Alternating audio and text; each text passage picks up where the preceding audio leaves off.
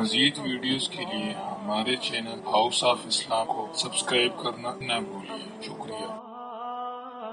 نبينا ومولانا محمدا عبده ورسوله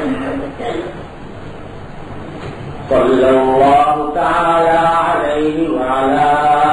آله وأصحابه وبارك وسلم تسليما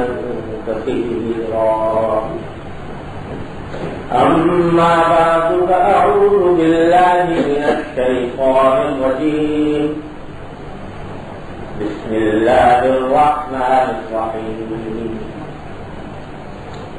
وابتغ فيما آتاك الله الدار الآخرة ولا تنس نصيبك من الدنيا وأحسن كما أحسن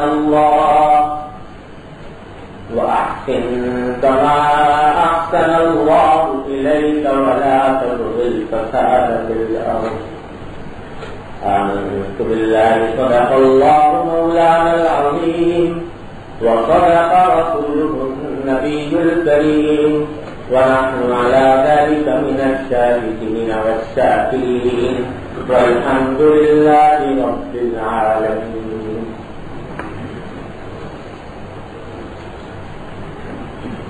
معزز حاضرین کرام،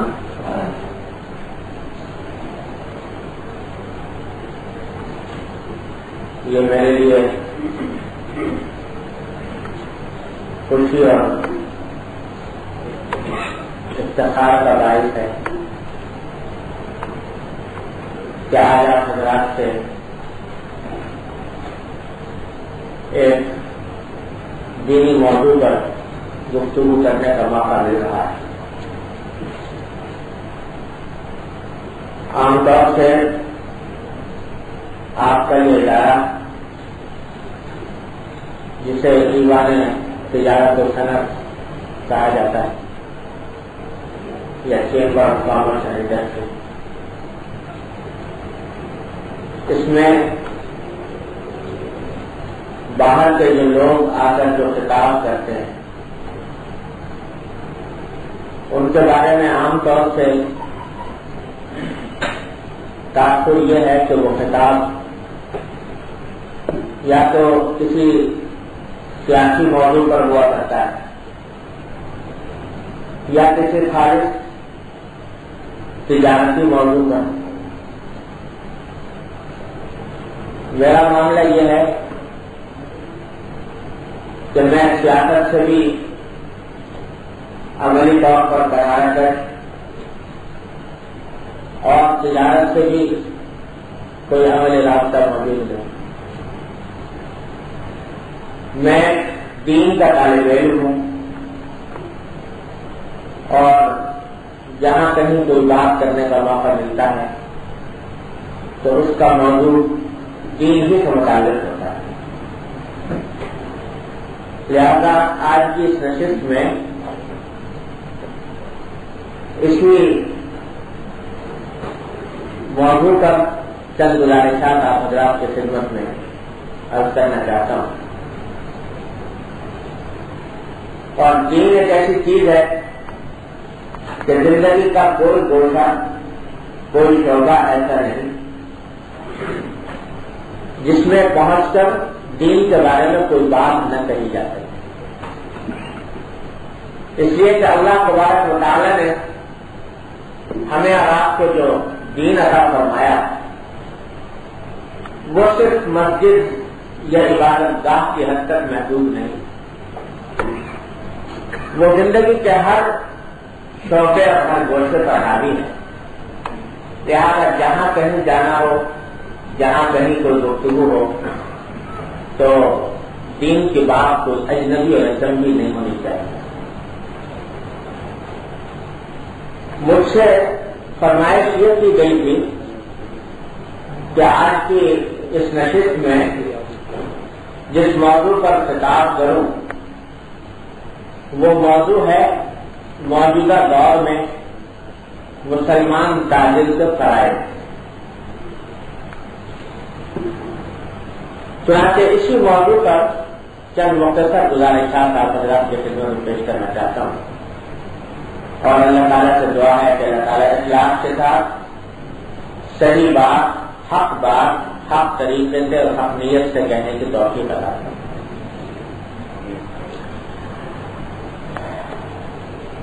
بات دراصل یہ ہے کہ جب سے ہماری امت پر سیاسی اور سماجی زوال کا آغاز ہوا، اس وقت سے یہ ایک عجیب و غریب سزا بن گئی کہ دین کو اور دین کے بنیادی سرچشموں کو ہم نے دوسرے مذاہب کی طرح صرف چند عبادتوں کی حد تک محدود کر لیا۔ جب تک مسجد میں ہے یا اپنے گھر میں عبادت کا کام کر رہے ہیں تو اس وقت اللہ کے رسول صلی اللہ علیہ وسلم کے احکام کچھ یاد آ جاتے ہیں، لیکن جب زندگی کی عملی کشاکش میں داخل ہوتے ہیں، بازار میں پہنچتے ہیں، سیاست کے ایوانوں میں پہنچتے ہیں، معاشرے کے دوسرے عملی گوشوں میں داخل ہوتے ہیں، تو اس وقت دین کے احکام اور دین کی تعلیمات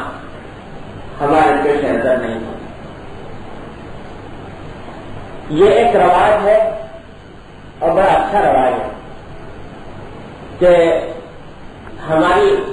امت مسلمہ میں ہر مجلس کا آغاز قرآن کریم کی تلاوت سے ہوتا ہے،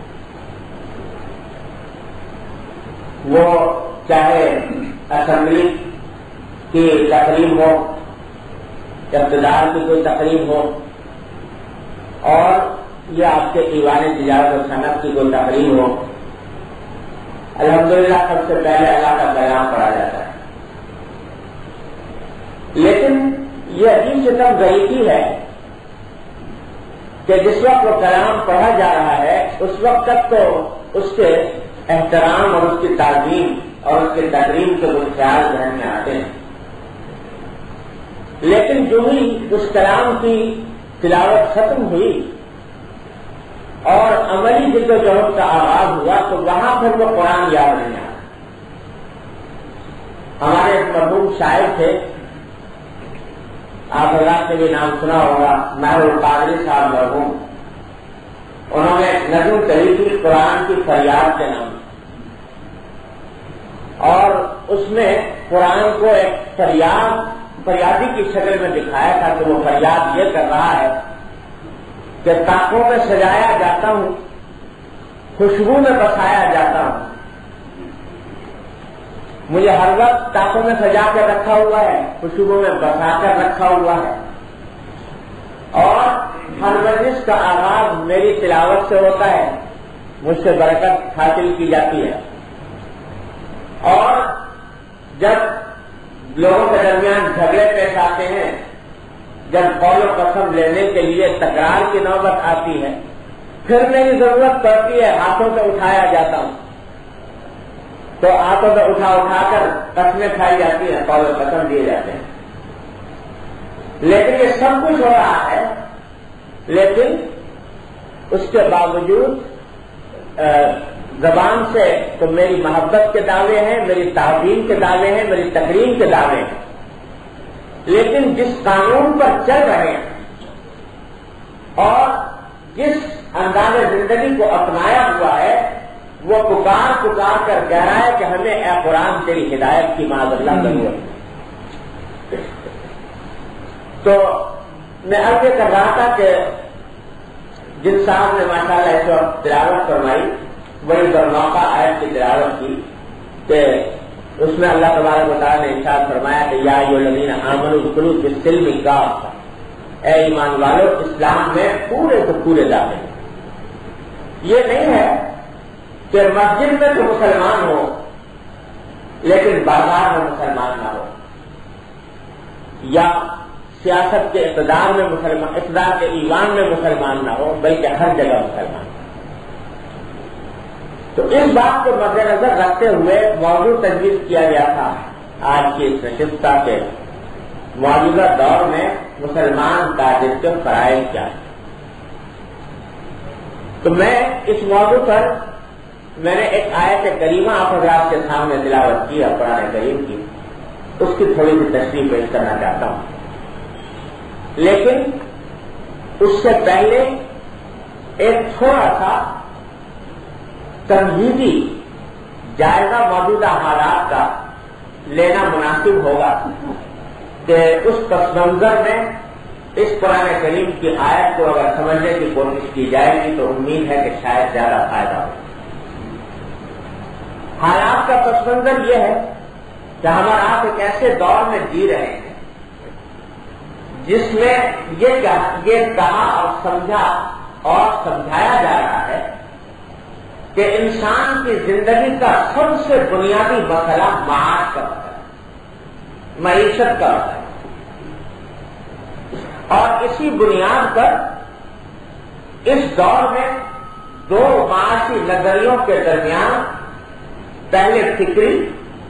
اور پھر عملی تصادم رونما ہوا،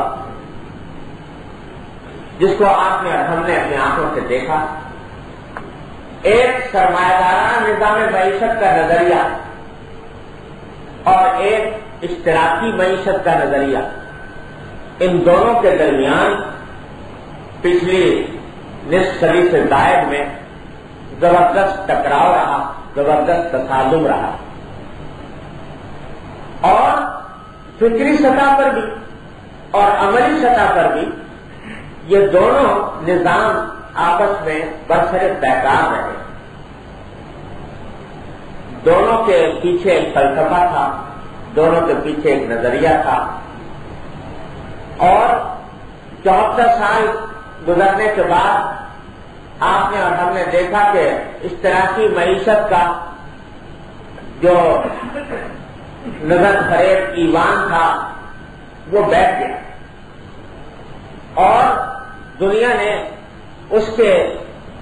پرفریب نظریے کی حقیقت کو عملی تجربہ گاہ میں پہچان لیا. یعنی اشتراکیت بحیثیت ایک انقلابی نظام کے فیل ہو گئے. لیکن یہ بات سوچنے کی ہے کہ اشتراکیت کیوں وجود میں آئی تھی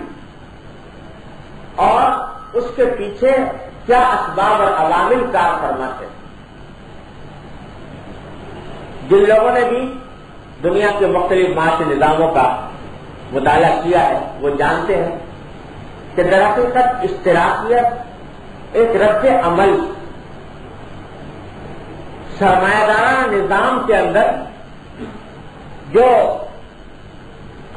امیر اور غریب کے درمیان زبردست دیواریں حائل ہیں اور اس میں دولت کی تقسیم کا نظام جتنا غیر منصفانہ ہے، اس غیر منصفانہ نظام کے رد عمل کے طور پر اشتراکیت وجود میں آئی. سرمایہ دارانہ نظام کے اندر فرد کو اتنی آزادی دی گئی کہ وہ جس طرح چاہے اپنے زیادہ سے زیادہ نفع کمانے کے لیے اس کو آزاد چھوڑا گیا. اس کے اوپر کوئی قید اور کوئی پابندی نہیں. آزاد معیشت اور آزاد تجارت کے نظریے کے تحت اس کو کھلی چھٹی فراہم کی گئی اور اس کھلی چھٹی کے نتیجے میں دولت کی تقسیم کا نظام ناہموار ہوا اور امیر و غریب کے درمیان دیواریں کھڑی ہوئی، غریب کے حقوق پامال ہوئے. اس کے رد عمل کے طور پر اشتراکیت کا نظام وجود میں آیا جس نے کہا کہ فرد کو کوئی آزادی نہیں ہونی چاہیے اور یہ سارا کا سارا یہ ایک منصوبہ بندی، ایک سرکاری منصوبہ بندی کے تحت معیشت کو قائم کرنا چاہیے. ٹھیک ہے کہ اشتراکی نظام ناکام ہو گیا، فیل ہو گیا، لیکن سوال یہ ہے کہ سرمایہ دارانہ نظام کی جن خرابیوں کی وجہ سے اشتراکی نظام وجود میں آیا تھا، کیا وہ خرابیاں دور ہو گئی یا جو ناانصافیاں سرمایہ دارانہ نظام کے اندر پائی جاتی تھیں ان کا کوئی مناسب حل نکل آیا؟ تو اس سوال کا جواب واضح طور پر نفی ہے کہ جو سرمایہ دار نظام کی خرابیاں تھیں وہ اپنی جگہ برقرار ہیں، اور ایک مقام عبرت ہے کہ جس تاریخ میں سوویت یونین کا شیرازہ بکھرا اور امریکی رسالے ٹائم میں جس شمارے میں ٹائم کے جس شمارے میں یہ خبر شائع ہوئی اور اس کے بعد تبصرے شائع ہوئے کہ سوویت یونین کا شیرازہ بکھر گیا اور اشتراکیت کا بت پاش ہو گیا، وہاں اس میں ایک کارٹون بھی بنایا گیا تھا جس میں بت کو پاش ہوتے دکھایا گیا۔ ٹھیک اسی شمارے میں امریکی نظام حیات کے بارے میں ایک مضمون شائع ہوا تھا جس میں اس بات پر تبصرہ کیا گیا تھا کہ اس وقت امریکی نظام زندگی میں سب سے زیادہ کمانے والا طبقہ کون ہے، یعنی اپنے خدمات کے سروسز کے دائرے میں سب سے زیادہ کمانے والے کون ہیں۔ تو اس مضمون میں یہ کہا گیا تھا کہ ہمارے معاشرے میں سب سے زیادہ کمانے والا طبقہ ماڈل گرلز کا طبقہ ہے، جو ماڈلنگ کر کے پیسے کماتی ہیں، اور اس میں بتایا گیا تھا کہ بعض ماڈل گرلز ایسی ہیں کہ وہ ایک دن کی خدمات کا معاوضہ $25 ملین وصول کرتی، اس سے زیادہ کمانے والا طبقہ کوئی اور نہیں۔ تو یہ $25 ملین جو ایک ماڈل گرل کو دیے جا رہے ہیں، یہ سوچنے کی بات ہے کہ یہ کون پے کر رہا ہے، یہ $25 ملین کس کی جیب سے نکل کر جا رہے ہیں۔ یہ ظاہر ہے کہ بالآخر یہ $25 ملین جو ایک ماڈل گرل کو فراہم کیے گئے یہ آخر میں کنزیومر یا صارف کے اوپر اس کا بول پڑتا ہے اور بالآخر ملک دے گا۔ تو اسی شمارے میں یہ بات شائع ہوئی تھی، میں اس کو پڑھ کر عبرت مجھے ہو رہی تھی کہ ایک طرف یہ دعوے کر کے بغلیں بجائی جا رہی ہیں کہ ہم نے اشتراکیت کے خود کو پاش کر دیا، لیکن جس چیز نے اشتراکیت کو جنم دیا تھا اس چیز کے اوپر کسی کی توجہ اور خیال نہیں، اور اس کے نتیجے میں آپ نے آج ایک بت پاس کر دیا، اگر اس بیماری کا علاج نہ ہوا تو کل کو کوئی اور اشتراکیت ہوئے، اور اس اشتراکیت کے ذریعے جس پہلی اشتراکیت نے انسانیت کو گھاؤ اور زخم دیے، وہ دوسری اشتراکیت آ کر اس سے زیادہ زخم لگا سکتی ہے۔ لیکن سوچنے کی بات یہ ہے کہ سرمایہ دار نظام کی ان خرابیوں کا ازالہ اگر نہ کیا گیا تو اشتراکیت کی ناکامی سے انسانیت کو کوئی فائدہ نہیں پہنچ سکتا۔ حقیقی بات یہ ہے کہ سرمایہ دار نظام میں نہ خرابی اس وجہ سے تھی کہ اس میں فرد کو آزادی دی گئی،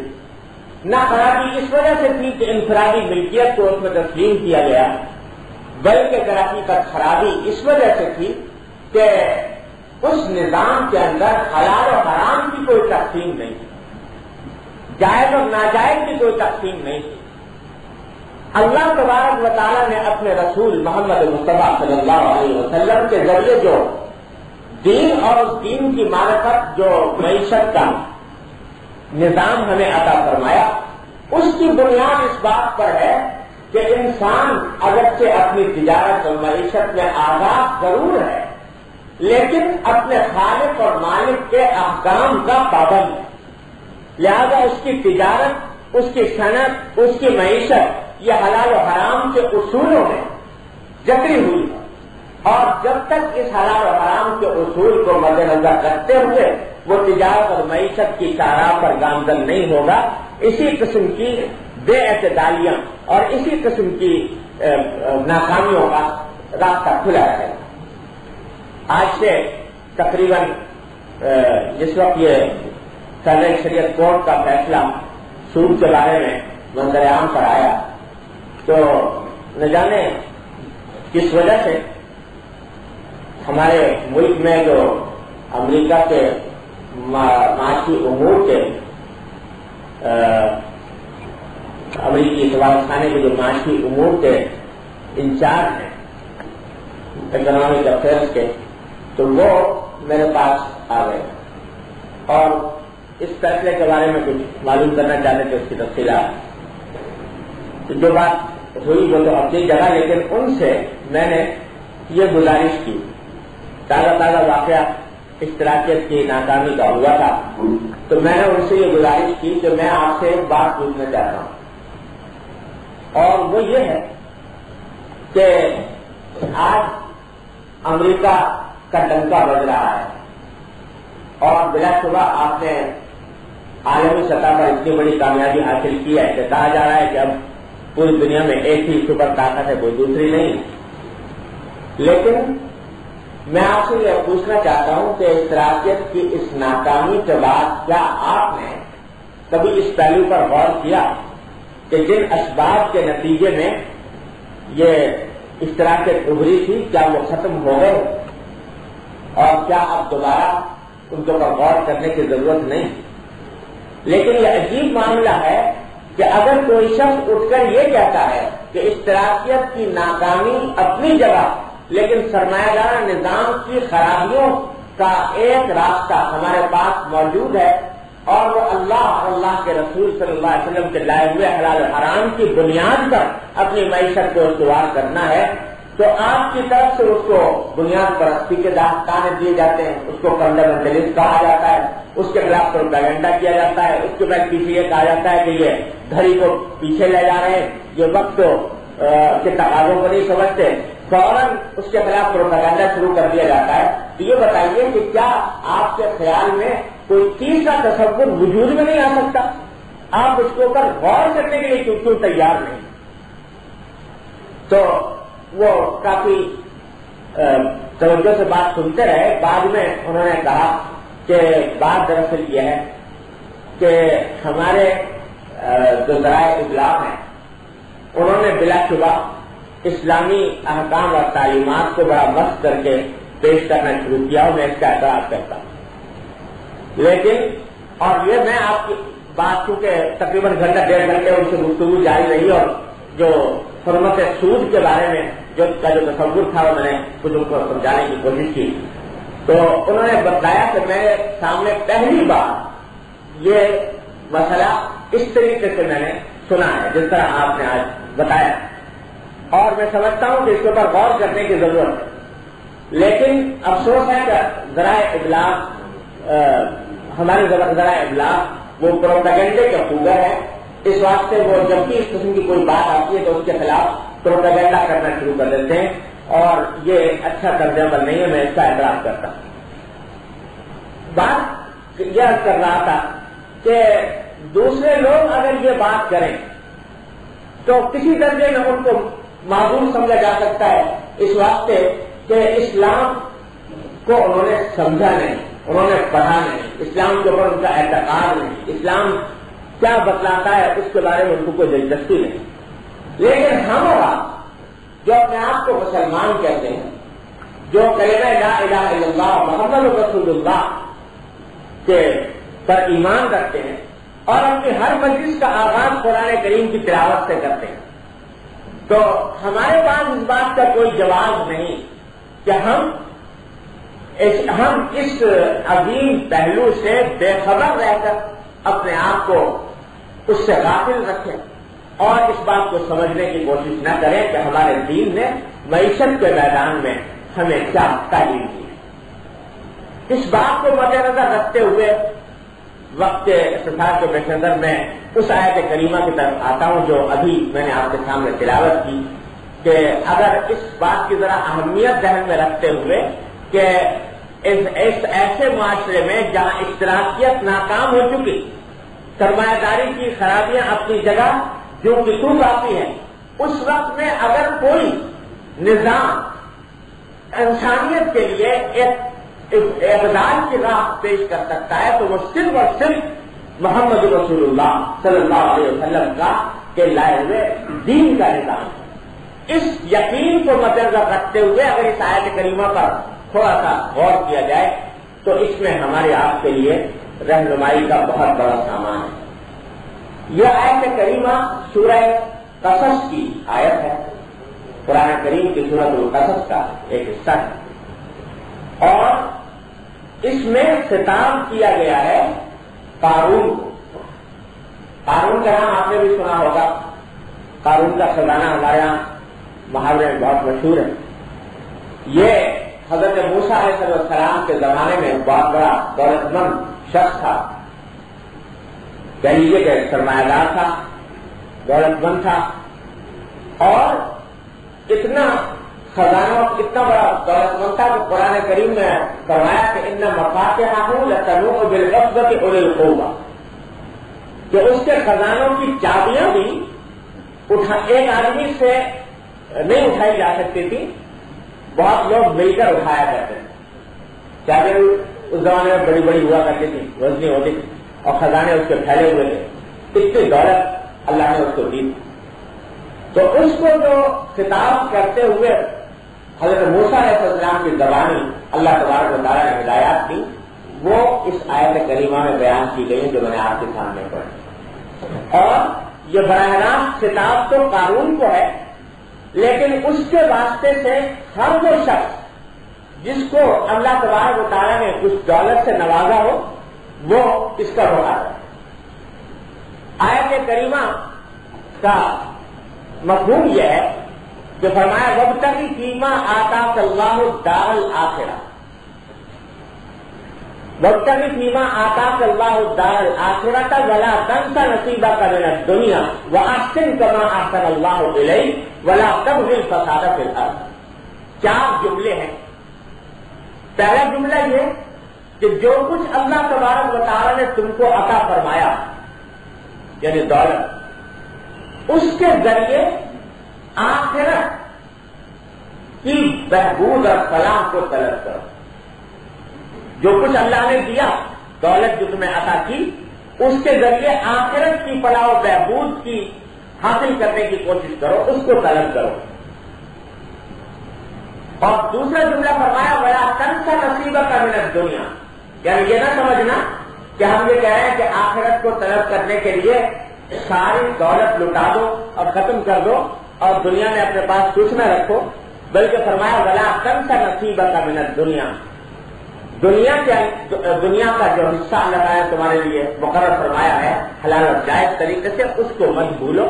اس کو اپنے پاس رکھو, اس کا حق ادا کرو. ولا تنس نصیبک من الدنیا واحسن کما احسن اللہ الیک,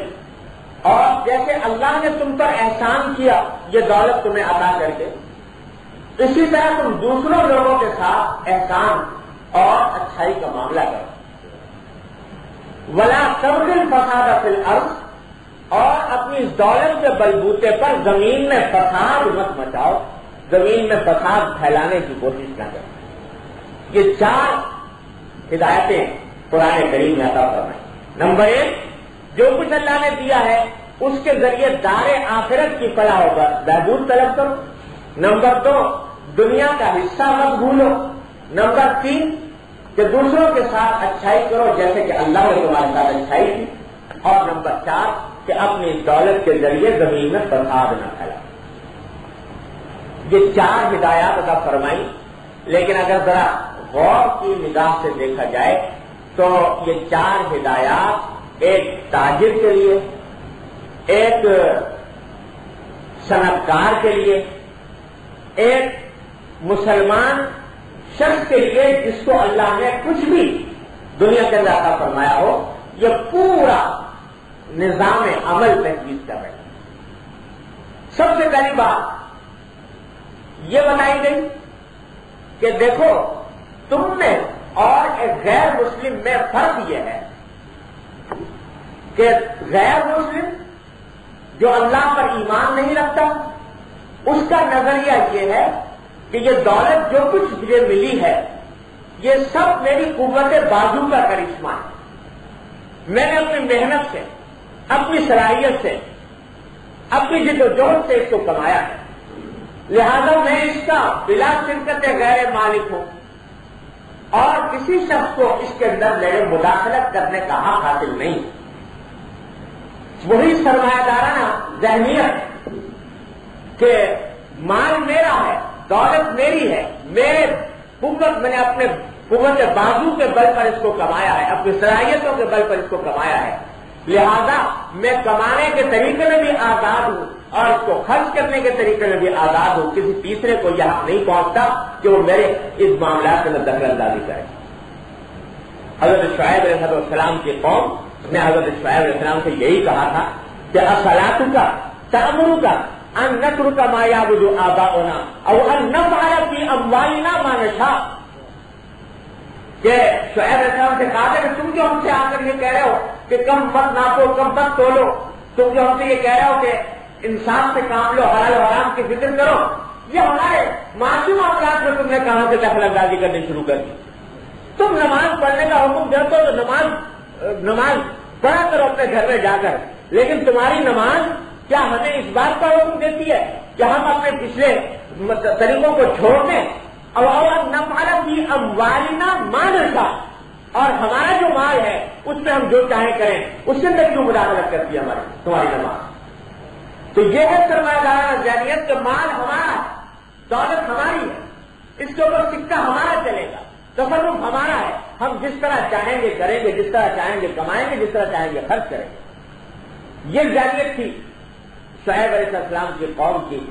جس کی تردید میں یہ بات کہی گئی کہ یہ دولت جو کچھ تمہارے پاس ہے یہ در حقیقت کلی طور پر تمہاری نہیں ہے. للہ ما فی السماوات و ما فی الارض، آسمان و زمین میں جو کچھ ہے وہ ملکیت اللہ. ہاں کیا ہوا کہ تمہیں دی ہے وابتغی فیما آتاک اللہ، یہ نہیں کہ وابتغی فی مالک کہ تمہارے مال کے اندر یہ آخرت طلب کرو، بلکہ یہ جو کچھ اللہ نے تم کو دیا. تو پہلی بات یہ سمجھو کہ جو کچھ تمہارے پاس ہے وہ نقد روپیہ ہو، وہ بینک بیلنس ہو، وہ تمہاری صنعت ہو، وہ تمہاری تجارت ہو، جو کچھ ہے یہ اللہ تبارک و تعالیٰ کی عطا ہے. اور تم نے اس کو بے شک اس کے اندر تمہاری جدوجہد کو بھی دخل ہے، لیکن وہ دخل ایسا ہے کہ وہ علت حقیقی کا درجہ نہیں رکھتا. اللہ تبارک و تعالیٰ نے عطا فرمایا. کتنے لوگ ہیں جو محنت بھی کرتے ہیں کچھ نہیں حاصل کر پاتے، کتنے لوگ ہیں کہ جن کے پاس دولت ہوتی ہے لیکن وہ بھی دولت پیدا نہیں کر پاتے. یہ اللہ تبارک و تعالیٰ کی عطا. ایک پہلا تو تصور یہ ذہن سے نکال دو کہ یہ تمہاری ہے، بالکل وجود تمہاری ہے، اللہ کی ہے اور اللہ نے تم کو عطا فرمائی اپنے فضل و کرم. ایک تو یہ ہدایت دے. دوسری ہدایت یہ دے دی کہ مسلمان میں اور غیر مسلم میں فرق یہ ہے کہ ایک تو وہ اپنی دولت کو اللہ کی عطا سمجھتا ہے، غیر مسلم اس کو عطا نہیں سمجھتا، اپنی قوت بازو کا کرشمہ سمجھتا ہے. دوسرا فرق یہ ہے کہ ایک مسلمان کا کام یہ ہے کہ اس دولت کو جو اس کو حاصل ہوئی ہے اس کو ذریعہ بنائے آخرت کی فلاح و بہبود، یعنی اس کے حصول سے لے کر اس کے خرچ تک اس کو ایسا طرز عمل اختیار کرے کہ اللہ کی مرضی کے خلاف، اللہ کے حکم کے خلاف کوئی کام نہ ہو، تاکہ یہ دنیا اس کے لیے دین کا ذریعہ بن جائے، دین آخرت کی فلاح و بہبود کا ذریعہ بن جائے. یہی دنیا اگر اس کے اندر نیت انسان کی درست ہو اور اللہ تبارک و تعالیٰ کی عائد کیے ہوئے حلال و حرام کا تصور ذہن میں موجود ہو، اس کی پابندی ہو، تو یہی دنیا دین بن جاتی ہے، یہی دنیا آخرت کا ذریعہ بن جاتی ہے. ایک غیر مسلم بھی کھاتا اور کماتا ہے، ایک مسلمان بھی کھاتا اور کماتا ہے، لیکن غیر مسلم کے دل میں اللہ تبارک و تعالیٰ کا نہ تصور ہوتا ہے نہ اس کے احکام کی پابندی کا خیال ہوتا ہے. مسلمان کے دل میں یہ باتیں موجود ہوتی ہیں، لہٰذا یہی دنیا اللہ تبارک و تعالیٰ نے ہمارے آپ سے یہ دین بنا دی. اگر ایک انسان، ایک تاجر اس نیت کے ساتھ تجارت کرے کہ میں تجارت دو وجہ سے کر رہا ہوں، ایک تو اس لیے کہ اللہ تبارک و تعالیٰ نے میرے ذمے کچھ حقوق عائد کیے ہیں، میرے اپنے نفس کے، میرے بیوی بچوں کے، میرے اہل و عیال کے، ان حقوق کی ادائیگی مقصود ہے. اور دوسرے یہ کام میں اس لیے کر رہا ہوں تاکہ اپنے معاشرے کے لیے ایک کسی ایک چیز کی فراہمی کا ذریعہ بنوں، کیونکہ معاشرے کو کسی نہ کسی چیز کی ضرورت ہے، تو میں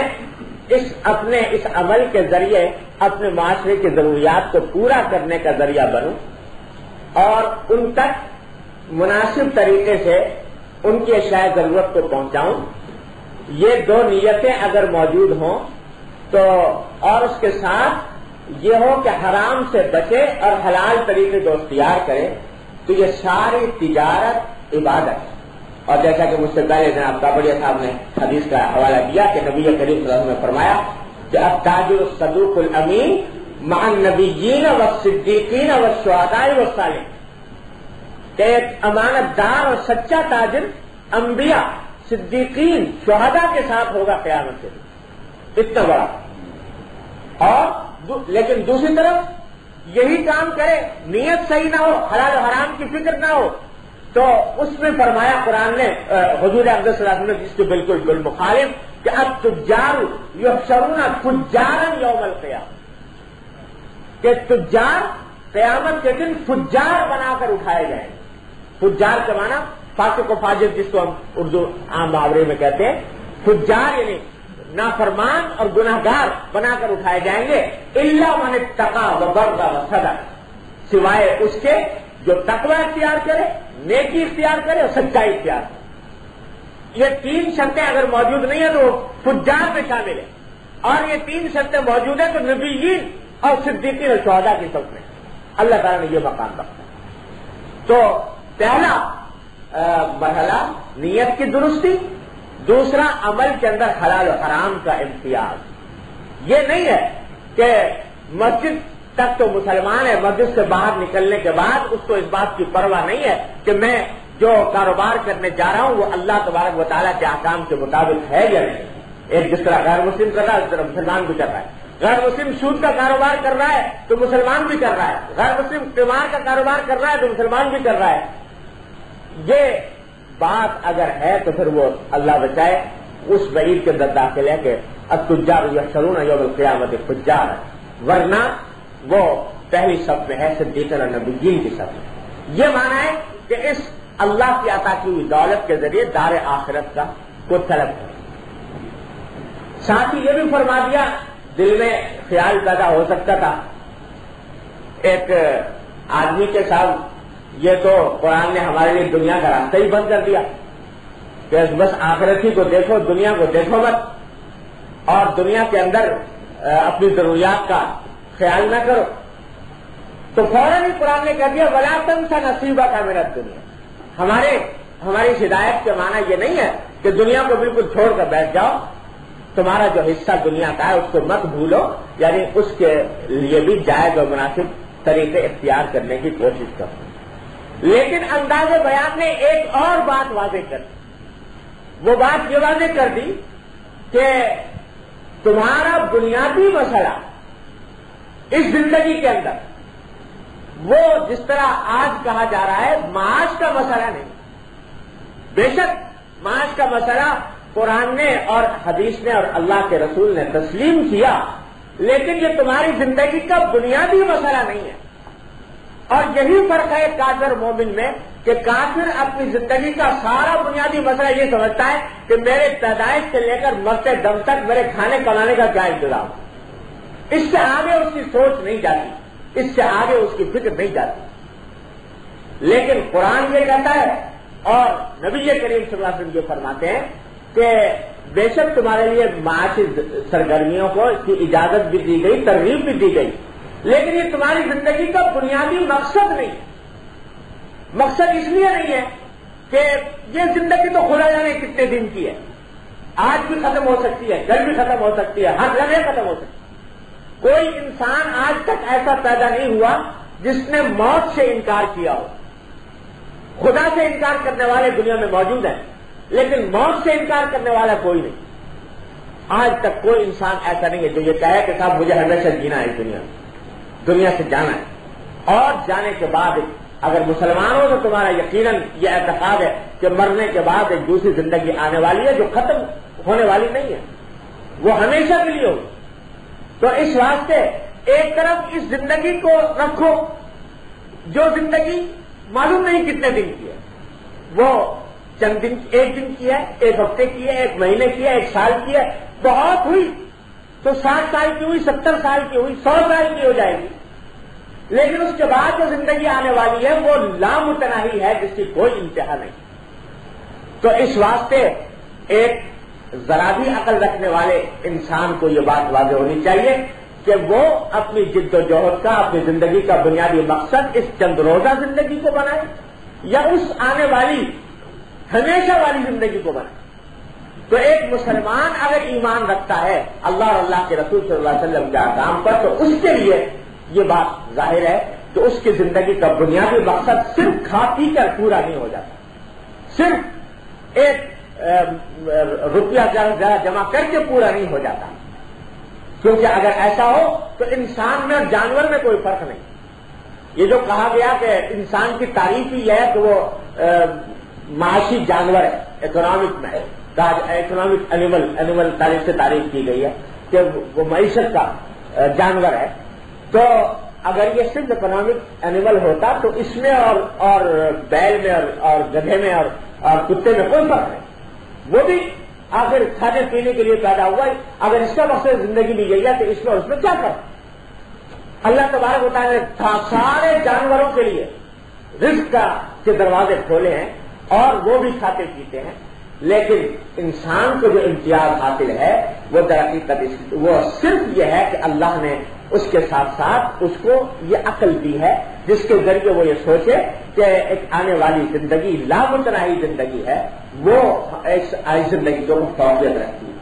تو بتا یہ دیا کہ لا تنسا نصیبہ کا من دنیا سے اپنا حصہ بھولو مت، لیکن یہ یاد رکھو کہ اصل مقصود زندگی کا وہ دار آخرت ہے، اور یہ جتنی معاشی سرگرمیاں ہیں یہ راستے کی منزل ہے، منزل مقصود نہیں، آخری انتہائی مقصود نہیں انسان۔ پھر فرمایا کہ وَأَحْسِنْ كَمَا أَحْسَنَ اللَّهُ إِلَيْكَ، کہ اللہ تبارک و تعالیٰ نے جس طرح تم پر احسان کیا، یہ دولت تمہیں عطا کر کے تم دوسروں کے ساتھ احسان کرو۔ کیا مانا کہ ایک طرف تو یہ بتا دیا کہ حرام اور حلال کا فرق کرو، حرام کے ذریعے حاصل نہ کرو، دوسرا یہ بتا دیا کہ جو چیز حلال کے ذریعے حاصل کی ہے اس کو بھی یہ مت سمجھو کہ میں بلا شرکت غیر اس کا مالک ہوں، بلکہ اس کے ذریعے دوسروں کے ساتھ احسان کا معاملہ کرو۔ اس کے لیے تمہارے لیے زکات کا دروازہ، اس کے لیے تمہارے لیے صدقات کا دروازہ، خیرات کا دروازہ کھلا ہوا ہے۔ اور ولا تبغ الفساد فی الارض، اور زمین کے اندر فساد مت پھیلاؤ، یعنی دولت کے بل پر دوسروں کے حقوق پر ڈاکہ ڈالنا، دوسروں کے حقوق غصب کرنا، یہ کام نہ کرو۔ اگر ان 4 ہدایتوں پر عمل کر لیا تو تمہاری یہ دولت، تمہارا یہ سرمایہ، تمہاری معاشی سرگرمیاں مبارک ہیں، تم صدیقین، نبیین، شہداء کی فہرست میں۔ اور اگر ان پر عمل نہ کیا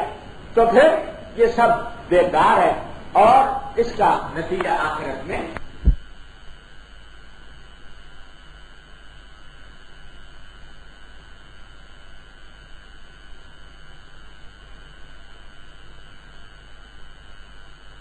یہ ہے ایک بنیادی ہدایت۔ تو اس وقت ہمارے مسلمان تاجروں کی سب سے بڑی ذمہ داری یہ ہے کہ وہ قرآن کریم کی ان 4 ہدایتوں کو مد نظر رکھتے ہوئے ایک عملی نمونہ پیش کریں دنیا کے سامنے، اس دنیا کے سامنے جو سرمایہ داری سے بھی زخم کھائے ہوئی ہے اور اشتراکیت سے بھی زخم کھائے ہوئے ہے، اس کے سامنے اگر کوئی شخص قرآن کی ان ہدایات کو مد نظر رکھتے ہوئے کوئی نمونہ پیش کرے تو، اور ایک ایسا نمونہ پیش کرے دلکش نمونہ جو دوسروں کے لیے باعث کشش ہو سکے، تو وہ اس دور کی سب سے بڑی ضرورت کو پورا کرے گا۔ تو ایک مسلمان تاجر کی ذمہ داری یہ ہے کہ وہ ان 4 ہدایتوں کو عمل کرتے ہوئے اس کا عملی نمونہ پیش کر کے دکھائے۔ کہا جاتا ہے کہ صاحب جب تک نظام نہ بدلے اور سب نہ بدلیں، اکیلا آدمی کیا کرے، اور اکیلا آدمی کس طریقے سے ان 4 ہدایتوں پر عمل کرے۔ تو یاد رکھیے کہ نظام یا معاشرہ وہ افراد کے مجموعے کا نام. اگر ہر فرد اپنی جگہ یہ سوچتا رہے کہ جب تک معاشرہ نہیں بدلے گا اس وقت تک میں بھی نہیں بدلوں گا تو کبھی تبدیلی واقع نہیں ہو سکتی. تبدیلی ہمیشہ اسی طرح آیا کرتی ہے کہ کوئی اللہ کا بندہ فرد بن کر اپنی زندگی میں تبدیلی لاتا ہے. اس چراغ کو دیکھ کر دوسرا چراغ جلتا ہے اور اس چراغ سے تیسرا چراغ جلتا ہے. اسی طرح افراد سے معاشرہ بنتا ہے, افراد سے قوموں کی تعمیر ہوتی ہے. لہذا یہ عذر کہ میں تنہا کچھ نہیں کر سکتا, یہ عذر معقول عذر نہیں. اگر نبی کریم سرور دو عالم محمد رسول اللہ صلی اللہ علیہ وسلم جب دنیا میں تشریف لائے وہ اگر یہ سوچتے کہ صاحب یہ اتنا بڑا ماحول ہے جو الٹی سمت میں چلا جا رہا ہے, میں تنہا کیا کر سکوں گا, تو آج ہم اور آپ یہاں پر مسلمان بیٹھے ہوئے نہ ہوتے. آپ نے دنیا کے مخالفتوں کے سیلاب کا مقابلہ کرتے ہوئے آپ نے ایک نئی راہ ڈالی, نیا راستہ نکالا اور اس کے اوپر گامزن ہوئے. ٹھیک ہے, اس راستے کے اندر قربانیاں بھی دینی پڑی, اس راستے کے اندر پریشانیاں بھی پیش آئیں, مشکلات بھی سامنے آئیں, لیکن آپ نے ان کو گوارا کیا. اسی کا نتیجہ یہ ہے کہ آج الحمدللہ دنیا کی 1/3 آبادی اس محمد الرسول اللہ صلی اللہ علیہ وسلم کے غلام. لیکن اگر یہ سوچ کر انسان بیٹھ جاتا کہ صاحب جب تک معاشرہ نہیں بدلے گا تو میں تنہا کیا کر سکتا ہوں, تو کوئی کچھ نہیں کر سکتا. اللہ تبارک و تعالیٰ نے ہر انسان کی ذمہ داری ہر انسان کے اوپر اپنے اوپر عائد کی. لہذا اس بات کو مد نظر, اس بات کو رکاوٹ بنائے بغیر کہ دوسرے کیا کر رہے ہیں, ہر انسان کا یہ فرض ہے کہ وہ اپنے آپ اپنے طرز عمل کو درست کرے. اور اگر ہماری آج کی نشست کا کم از کم یہ فائدہ حاصل ہو جائے کہ اس بات کی ایک طلب پیدا ہو جائے کہ اللہ اور اللہ کے رسول صلی اللہ علیہ وسلم نے ہمیں معیشت کے میدان میں اور تجارت اور صنعت کے میدان میں کن احکام کا پابند کیا ہے اور ان احکام پر کس طرح ہم عمل کر سکتے ہیں, اس کی معلومات حاصل کر کے اور اس کے مطابق عمل کرنے کا جذبہ عزم پیدا ہو جائے. تو میں سمجھتا ہوں کہ یہ مجلس انشاءاللہ بڑی مبارک اور مفید ہے. ورنہ باتیں تو کہنے کے لیے نشستند و گفتند و برخاستند والی مجلسیں تو بہت کچھ ہوتی رہتی ہیں. اللہ تعالیٰ اپنی رحمت سے یہ جذبہ اور یہ تصور اور یہ خیال اور یہ عزم ہمارے دلوں کے اندر پیدا فرما دے جو اس وقت کی بڑی اہم ضرورت ہے. تو اللہ تعالیٰ ہماری دنیا اور آخرت دونوں سنوار دیں گے. اس عزم کے نتیجے میں اللہ تعالیٰ ہمیں اس کی ہمت بھی عطا فرمائے, اس کا عزم بھی عطا فرمائے, اس پر عمل کی توفیق بھی عطا فرمائے. وآخر دعوانا الحمدللہ رب العالمین. مجھ سے کہا گیا تھا کہ 7 بجے تک بیان ہوگا, اس کے بعد کچھ سوالات جوابات کا سلسلہ ہے کہ میں ٹھیک 7 بجے اپنی بات ختم کروں.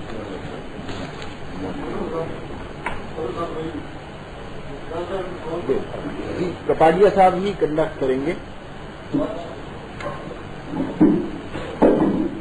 دیکھیں حضرات, سوالات کرنے کی پوری چھوٹ ہے, لیکن خیال یہ کرے کہ سوال و تحریر نہ بن جائے. جی فرمائیے. بسم اللہ. شیخ آفتاب صاحب ماشاء اللہ بہت دلچسپی لیتے ہیں معاملوں میں. اپنا کارو بھی کار کر لیں خاص کر. شکریہ مولانا صاحب. آج کل ایک بحث چلی ہوئی ہے سعودی نظام کے متعلق. اس میں تو کوئی شک نہیں کہ سود حرام ہے, ہم سب یہ سمجھتے ہیں. لیکن آج کل کوئی ایسا متبادل نظام پیش نہیں کیا گیا علماء کرام کی طرف سے سود کے سامنے. آپ کے ذہن میں کوئی تصویر ہو, کوئی خاصہ ہو تو بڑا مہربانی کرتا ہے. فرد تو کچھ لوگ کوشش کر رہے ہیں, وہ اس سے بچنے کی کوشش کر رہے ہیں, بچتے ہیں, لیکن کیونکہ معاشرہ اس قسم کا بن گیا ہے اور بینکوں کا نظام اس قسم کا بن گیا ہے کہ ہر کوئی یہ پوچھتا ہے کہ بینکوں کو متبادل نظام بھی تو سامنے ہونا چاہیے نا. اس کو متبادل نظام ہوتا ہے آپ کے ذہن میں بڑا مہربانی.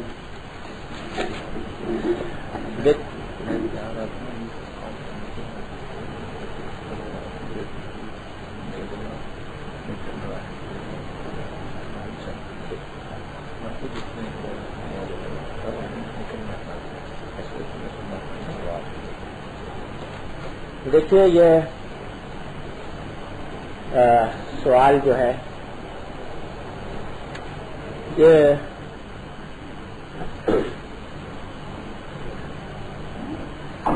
ٹھیک ہے، یہ سوال آج کل مختلف حلقوں، مختلف محفلوں اور مختلف افراد اور جماعتوں کی طرف سے کیا جاتا رہتا ہے، اور سوال کرنے کے مقاصد بھی مختلف ہوتے ہیں، اور بعض مرتبہ اس سوال کا جو بنیادی مقصد ہوتا ہے وہ محض ایک مجمل اور مبہم طور پر سود کے نظام کو برقرار رکھنے کا جواز تلاش کرنا ہوتا ہے کہ صاحب کیونکہ یہ متبادل نظام نہیں پیش کیا گیا، جب تک نہیں پیش کیا جائے گا ہم تو وہی کرتے رہیں گے۔ بعض مرتبہ اس سوال کا مقصد محض بحث برائے بحث ہوتا ہے۔ یہ دونوں اگر مقصد ہوں سوال کے تو مجھ جیسا طالب علم ایسے سوالات کے مواقع پر کوشش یہ کرتا ہے کہ معذرت کر لیں، کیونکہ اس کا کوئی نتیجہ خیز جواب کوئی نتیجہ خیز نہیں ہو سکتا۔ لیکن تیسرا سوال بعض اوقات ان حضرات کی طرف سے اور سچے دل اور سچی نیت سے کیا جاتا ہے جو واقعی سمجھنا چاہتے ہیں کہ اگر سودی نظام ختم ہو تو پھر اس کا متبادل کیا ہوگا اور کس طرح ہوگا۔ تو یہ تیسری قسم کا سوال جو ہے یہ اس بات کا طالب ہے کہ اس کو ذرا وضاحت کے ساتھ اور تفصیل کے ساتھ بیان کیا جائے، اور واقعہ تو یہ ہے کہ اگر اس سوال پر تفصیل کے ساتھ گفتگو کی جائے تو یہ 1 گھنٹہ یا 2 گھنٹے بھی کافی نہیں ہے، مزید وقت کی ضرورت ہوگی جس کا متعمل نہیں ہے۔ لیکن میں چند اس سلسلے میں اصولی باتیں آپ حضرات کی خدمت میں عرض کر دیتا ہوں جس سے کم از کم اس راستے کی بہت سی غلط فہمیوں کا امید ہے کہ انشاءاللہ ازالہ ہو سکے گا۔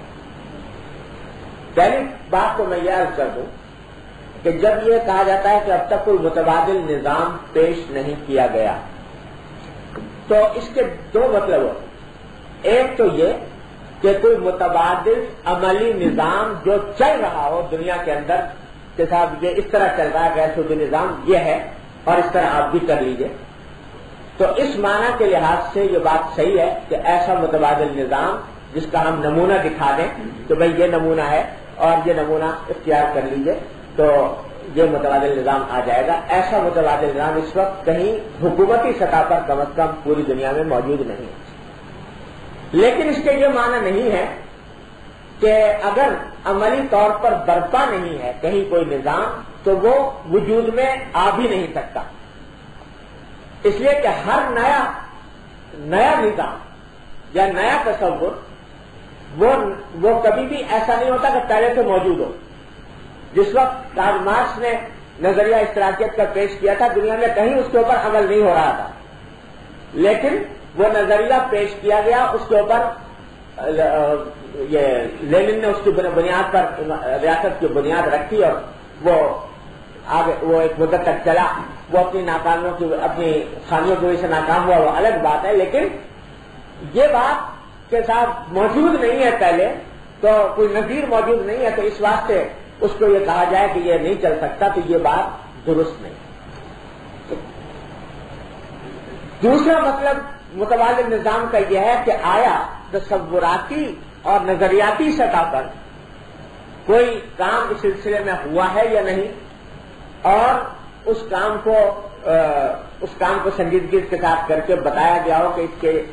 اس نظام کو بدل کر نیا نظام لانے کے کیا طریقے ہیں۔ تو اس سلسلے میں یہ کہنا درست نہیں ہے کہ اس پر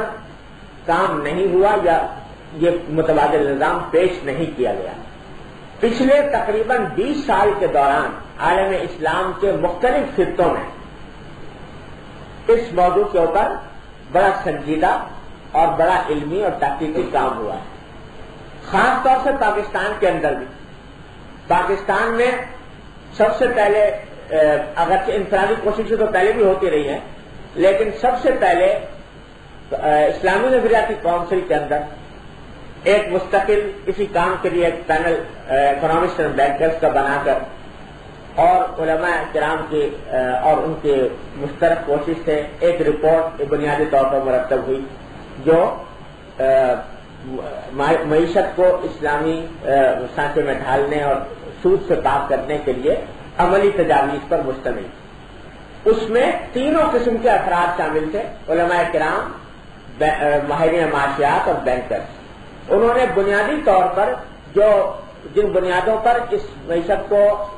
سود سے پاک کیا جا سکتا ہے اس کی تفصیلی نشاندہی اس رپورٹ کے اندر تھی۔ پھر لیکن جو نشاندہی کی گئی تھی وہ بنیادیں تھیں، ان بنیادوں کی کے اوپر استوار کر کے تفصیلی خاکہ اور تفصیلی عملی تفصیلات یہ مرتب کرنی تھی، جس کے لیے خود کونسل نے یہ رپورٹ کے اندر کہا تھا کہ ان تفصیلات کو مرتب کرنے کے لیے ایک ورکنگ گروپ بنائے جائیں اور ان ورکنگ گروپس کے ذریعے وہ تفصیلات مرتب کی جائیں۔ لیکن افسوس ہے کہ وہ رپورٹ کے بعد جب اس کو امپلیمنٹ کیا گیا تو اس وقت میں وہ ورکنگ گروپ بنائے بغیر جس طرح چاہا اس کو امپلیمنٹ کر دیا۔ اس کا نتیجہ یہ ہے کہ وہ ایک ایسا نظام بن گیا کہ نام تو اس کا غیر سودی یا پی ایل ایس سسٹم تھا، لیکن حقیقت میں اس میں سود پوری طریقے سے شامل تھا۔ اس کے بعد اس رپورٹ کے بعد پھر ایک commission for Islamization of economy کے نام سے ایک کمیشن گورنمنٹ نے قائم کیا تھا، اور اس نے پھر نہ صرف یہ کہ اس رپورٹ کی تائید کی بلکہ اس کو مزید آگے بڑھا کر اور اس کے تفصیلی خاکہ جو ہے وہ بھی تیار کیا گیا۔ وہ اس پچھلے دو کمیشن بن چکے ہیں، ان میں سے پہلے کمیشن نے بھی کیا تھا، پھر اس کے بعد اب دوسرے کمیشن نے بھی اس کا خاکہ بحثیت مجموعی تیار کر لیا ہے، اور وہ جہاں تک اسلامی نظریاتی کونسل کی رپورٹ کا تعلق ہے وہ منظر عام پر آ چکی ہے۔ یہ کمیشن کی رپورٹ وہ شاید منظر عام پر ابھی تک نہیں آئی، لیکن اس میں ایک ایک جزیے کی تفصیل اس میں طے کر کے مرتب کر دی گئی ہے۔ یہ تو وہ کوششیں جو سرکاری سطح پر ہوئی۔ اس کے علاوہ انفرادی طور سے علماء کرام نے مختلف حلقوں میں انہوں نے اپنے اپنے طور پر بھی کام کیا اور اس کے متبادل نظام کو بنانے کی کوشش کر کے بتایا۔ صرف یہ بات کے ساتھ ابھی تک پیش نہیں کیا گیا، یہ غلط ہے اور یہ مغالطہ انگیز ہے۔ حقیقت میں نظام کی بنیادیں فراہم کر دی گئی ہیں۔ البتہ یہ ضرور ہے کہ جب بھی کوئی نظام میں تبدیلی لائی جاتی ہے تو اس تبدیلی کے اندر کچھ عملی دشواریاں پیش آیا کرتی ہیں، وہ اس میں بھی پیش آ سکتی ہیں، لیکن اس کے یہ معنی نہیں ہے کہ وہ نظام ناقابل عمل ہے یا اس کے اوپر عمل نہیں ہے۔ یہ تو اس نقطۂ نظر سے بات تھی کہ یہ جو کہا جاتا ہے کہ متبادل نظام پیش نہیں کیا گیا، یہ بات غلط ہے۔ جی جی جی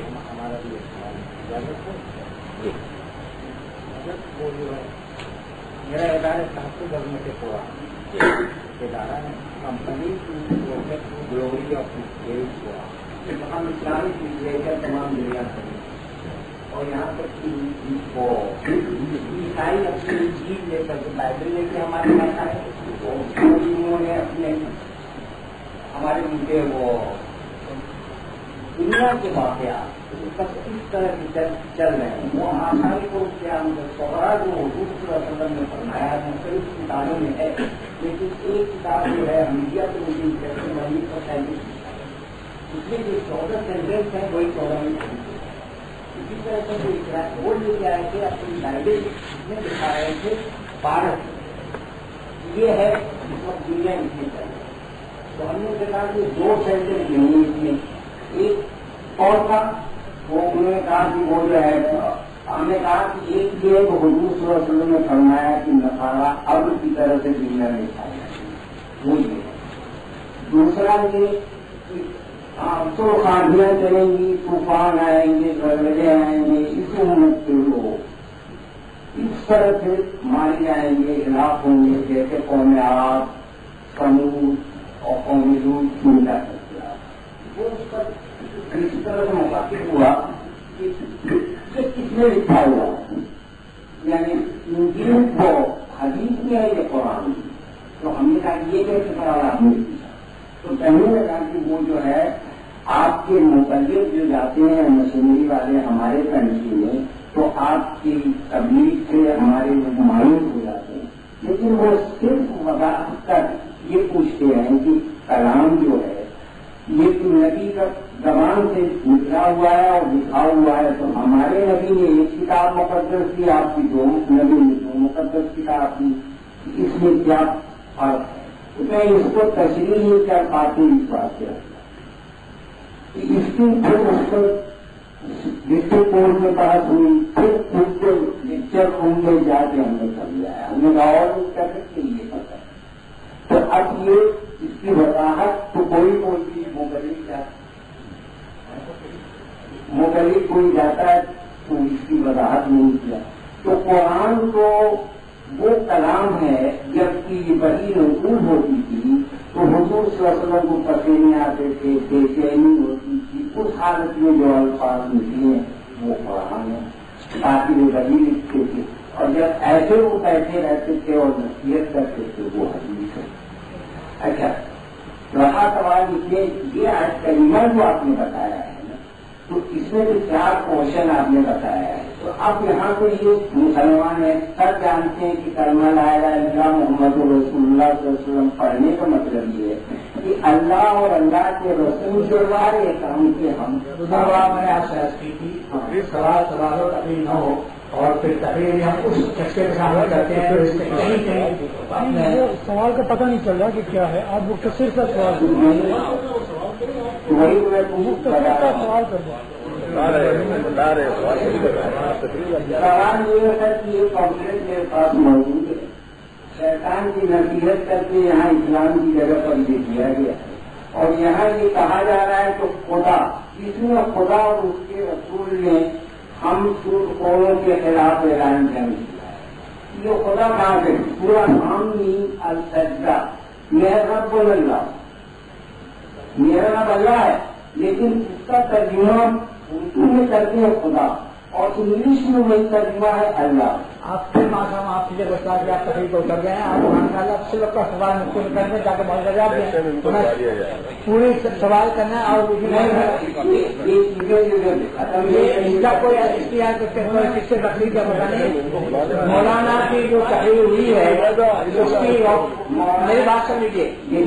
مضمون علم کا جو ہے نا سب امتحان نہیں ہے. بسم اللہ الرحمن الرحیم. سامعین السلام علیکم ورحمۃ اللہ وبرکاتہ.